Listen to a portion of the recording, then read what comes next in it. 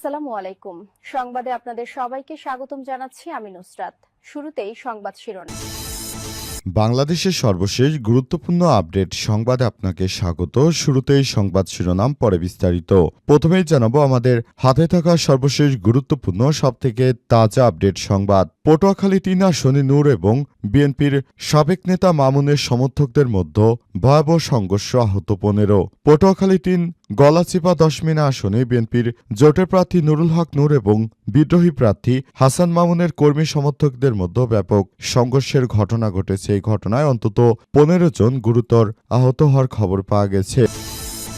এরপর জানাবো গাজীপুরে নারী হত্যার প্রতিবাদে ঢাবি শিবিরের বিক্ষোভ মিছিল। গাজীপুরে নারী হত্যার প্রতিবাদে শাহবাগ অভিমুখে বিক্ষোভ মিছিল করেছে ঢাকা বিশ্ববিদ্যালয় শাখা বাংলাদেশ ইসলামী ছাত্র শিবির। আজ সন্ধ্যায় জাতীয় শহীদ মিনার থেকে শাহবাগ অভিমুখে এই বিক্ষোভ মিছিলের আয়োজন করে সংগঠনটি। এদিকে ঢাবির ঘ ইউনিটে প্রথমা সেই অনন্য গাঙ্গুলি লাশ উদ্ধার। ঝিনাইদহের কোটচাঁদপুরে নিজ বাড়ি থেকে ঢাকা বিশ্ববিদ্যালয় ঢাবিতে ইংরেজি বিভাগের মেধাবী শিক্ষার্থী অনন্য গাঙ্গুলির ২৫ ঝুলন্ত লাশ উদ্ধার করা হয়েছে। আজ কোটচাঁদপুর বাজার পাড়ার হাইস্কুল সড়কে নিজ কক্ষ থেকে তার মর্ধে উদ্ধার করে পুলিশ। এবারে জানাবো ১২ জেলার ব্যালট পেপার ছাপানো শেষ, পাঠানো হচ্ছে রিটার্নিং কর্মকর্তাদের কাছে। ৩ পার্বত্য জেলা সহ ১২ জেলার সংসদীয় আসনে ব্যালট পেপার ছাপা শেষ হয়েছে। সংশ্লিষ্ট জেলার রিটার্নিং কর্মকর্তার কাছে সব ব্যালট পেপার পাঠানো হচ্ছে। আজ ইসির সূত্র থেকে সব তথ্য জানা গেছে। ইসি সূত্র থেকে জানা গেছে ১২ জেলার সংসদীয় আসনের ব্যালট পেপার ছাপা শেষ হয়েছে। এগুলো হচ্ছে পটুয়াখালী, বরিশাল, বরগুনা, পিরোজপুর, হবিগঞ্জ, চাঁপাইনবাবগঞ্জ, মুন্সিগঞ্জ, গাজীপুর, লক্ষ্মীপুর এবং ৩ পার্বত্য জেলা রাঙামাটি, বান্দরবন এবং খাগড়াছড়ি।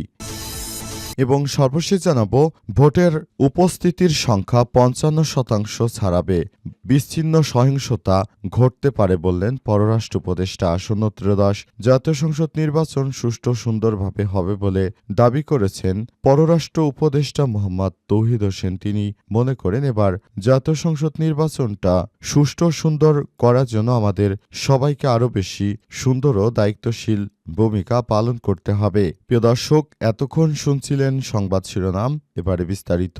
তবে তার আগে বন্ধুরা অনুরোধ থাকবে এই সংবাদটিতে একটি লাইক দিন। এই চ্যানেলে আপনি নতুন হয়ে থাকলে আমাদের সংবাদটি দেখতে দেখতে চ্যানেলটি সাবস্ক্রাইব করে রাখুন। কমেন্ট করে বন্ধুরা আপনার মূল্যবান মতামত জানিয়ে দিন আপনি বিশ্বের কোন দেশ থেকে বা বাংলাদেশের কোন স্থান থেকে আমাদের সংবাদটি দেখছেন এবং শুনছেন। আর বন্ধুরা, সংবাদটি আপনার সোশ্যাল মিডিয়া ফেসবুকে শেয়ার করে বন্ধুদেরও দেখার সুযোগ করে দিন।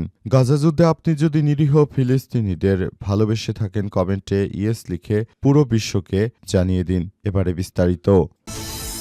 পটুয়াখালী ৩ আসনে নূর এবং মামুনের সমর্থকদের মধ্যে ভয়াবহ সংঘর্ষ, আহত ১৫। পটুয়াখালী ৩ গলাচিপা দশমিনা আসনে বিএনপির জোটের প্রার্থী নুরুল হক নূর এবং বিদ্রোহী প্রার্থী হাসান মামুনের কর্মী সমর্থকদের মধ্যে ব্যাপক সংঘর্ষের ঘটনা ঘটেছে। আজ ৩১ জানুয়ারি রাত ১১টার দিকে গলাচিপা উপজেলার ডাকোয়া ইউনিয়নের ৩ নম্বর চট্রা সরকারি প্রাথমিক বিদ্যালয়ের সামনে এই ঘটনা ঘটে। এই ঘটনায় উভয় পক্ষের প্রায় ১৫ জন কর্মী সমর্থক আহত হয়েছেন।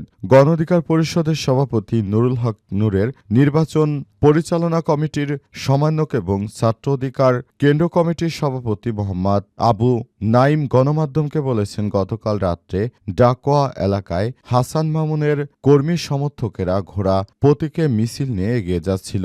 একই সময় তাদের ট্রাক প্রতীকে স্থানীয় কয়েকজন সমর্থক দাঁড়িয়েছিলেন। ঘোড়া প্রতীকের লোকজন তাদের সংখ্যায় কম দেখে উস্কানিমূলক স্লোগান দিয়ে মারধর শুরু করে। এতে ট্রাক প্রতীকের সমর্থক মোহাম্মদ আলতাফ ৪০, মিরাজ খান ৩৫ এবং মাহাতাব খান সহ ৩৭, ৭ থেকে ৮ জন আহত হন। আহত ব্যক্তিদের উদ্ধার করে প্রাথমিক চিকিৎসা দেওয়া হয়েছে। হাসান মামুনের সমর্থক মোহাম্মদ মারুফ ২৩ বলেছেন, গতকাল রাতে ডাকোয়া নির্বাচনী কার্যালয় থেকে তারা ঘোড়া প্রতীকের স্লোগান দিয়ে মিছিল করে নিজ নিজ বাড়িতে যাওয়ার উদ্দেশ্যে রাস্তায় নেমেছিল। এ সময় ট্রাক প্রতীকের সমর্থকরা তাদের পথরোধ করে লাঠিসোঁটা দিয়ে মারধর শুরু করে। এ সময় ৭ থেকে ৮ জন আহত হয়েছে। আহত ব্যক্তিদের মধ্যে জায়েদ মাহমুদ ২৩, মোহাম্মদ ওয়াজিব হাওলাদার ২৪ গলাচিপা স্বাস্থ্য কমপ্লেক্সে ভর্তি হয়েছে।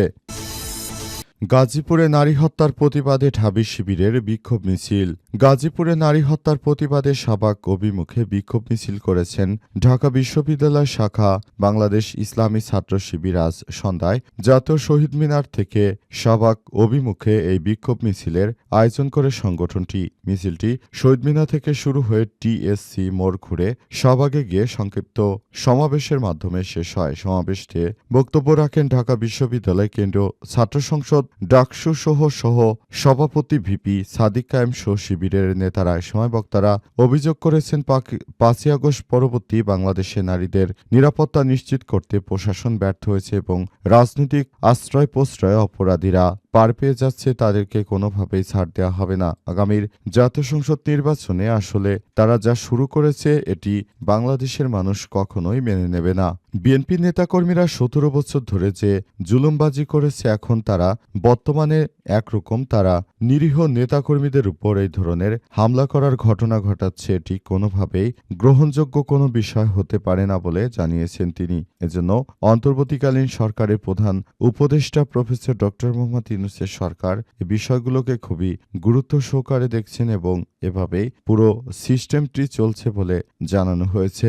অন্তর্বর্তীকালীন সরকারের প্রধান উপদেষ্টার প্রতি যে আমাদের বিশ্বাস ছিল, সেই বিশ্বাসকে তিনি ভঙ্গ করে দিয়েছেন এবং পুরো বাংলাদেশটাকে সুন্দরভাবে গড়ে তোলার ক্ষেত্রে তার যে ভূমিকা ছিল সেই ভূমিকা তিনি সরে গিয়েছেন বলে জানিয়েছেন ডাকসুর এই সাবেক ভিপি এবং বর্তমান জামাত ইসলামের নেতাকর্মীরা। ঢাবির ঘ ইউনিটের প্রথমা সেই অনন্য গাঙ্গুলির লাশ উদ্ধার। ঝিনাইদহের কোটচাঁদপুরে নিজ বাড়ি থেকে ঢাকা বিশ্ববিদ্যালয় ঢাবির ইংরেজি বিভাগের মেধাবী শিক্ষার্থী অনন্য গাঙ্গুলি ২৫-এ ঝুলন্ত লাশ উদ্ধার করা হয়েছে। আজ ১ ফেব্রুয়ারি সকালে কোটচাঁদপুর বাজারপাড়ার হাইস্কুল সড়কে নিজ কক্ষ থেকে তার মরদেহ উদ্ধার করা হয়েছে। অনন্য গাঙ্গুলি ওই এলাকার সাবেক প্রভাষক বিদ্যুৎ কুমার গাঙ্গুলির ছেলে। তার মা রাধা গাঙ্গুলি কোটচাঁদপুর বালিকা প্রাথমিক বিদ্যালয়ের প্রধান শিক্ষিকা বলে জানা গেছে। তবে কী কারণে তিনি এই ধরনের একটি সিদ্ধান্ত নিয়েছেন সে ব্যাপারে আসলে কেউই সঠিক কোনো কারণ জানাতে পারেনি। অনেকেই বলছে তিনি পারিবারিকভাবে অনেক অশান্তির মধ্যে ছিলেন, আবার অনেকেই বলছেন প্রেমের কারণে তার এই ধরনের সিদ্ধান্ত গ্রহণ করা। এছাড়াও অনেকে আবার বলাবলি করছেন যে বন্ধুরা তাকে মেরে ফেলেছে। তবে এখন পর্যন্ত মূল বিষয়টি জানা যায়নি। এই বিষয়টি জানার জন্য সবার সঙ্গে কথা বলা হচ্ছে এবং সে অনুযায়ী ব্যবস্থা গ্রহণ করা হচ্ছে। আশা করা যাচ্ছে যে আগামী খুব দ্রুততম সময়ের মধ্যে এই বিষয়গুলোকে সলভ করা যাবে বলে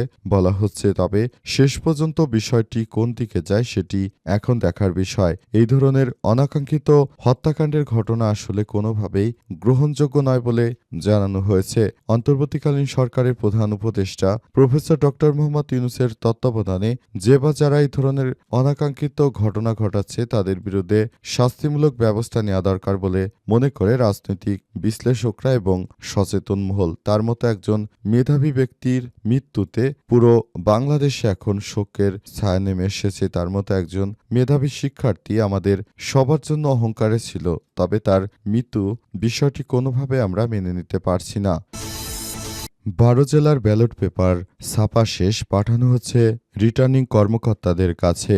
৩ পার্বত্য জেলা সহ ১২ জেলার আসনের ব্যালট পেপার ছাপানো শেষ হয়েছে। সংশ্লিষ্ট জেলার রিটার্নিং কর্মকর্তার কাছে সব ব্যালট পেপার পাঠানো হচ্ছে। আজ ইসি সূত্র থেকে সব তথ্য জানা গেছে। ইসি সূত্র থেকে জানা গেছে ১২ জেলায় সংসদীয় আসনের ব্যালট পেপার ছাপা শেষ হয়েছে। এগুলো হলো পটুয়াখালী, বরিশাল, বরগুনা, পিরোজপুর, হবিগঞ্জ, চাঁপাইনবাবগঞ্জ, মুন্সিগঞ্জ, গাজীপুর, লক্ষ্মীপুর এবং ৩ পার্বত্য জেলা রাঙামাটি, বান্দরবন এবং খাগড়াছড়ি। এর আগে ছাপাখানাগুলোকে প্রিন্টিং প্রেস নির্বাচনী পোস্টার না ছাপানোর নির্দেশনা দিতে প্রয়োজনীয় ব্যবস্থা নিতে বলেছে নির্বাচন কমিশন। গত ২৯শে জানুয়ারি এ বিষয়ে ব্যবস্থা নিতে ত্রয়োদশ জাতীয় সংসদ নির্বাচনে ৩০০ আসনের রিটার্নিং কর্মকর্তাদের ইসির চিঠি দিয়েছে। রিটার্নিং কর্মকর্তাদের দেওয়া ওই চিঠিতে বলা হয়েছে আগামী ১২ ফেব্রুয়ারি অনুষ্ঠিত জাতীয় সংসদ নির্বাচনকে সামনে রেখে প্রতিদ্বন্দ্বী প্রার্থীদের নির্বাচনী প্রচার কাজ চলছে। সংসদ নির্বাচনে রাজনৈতিক দল ও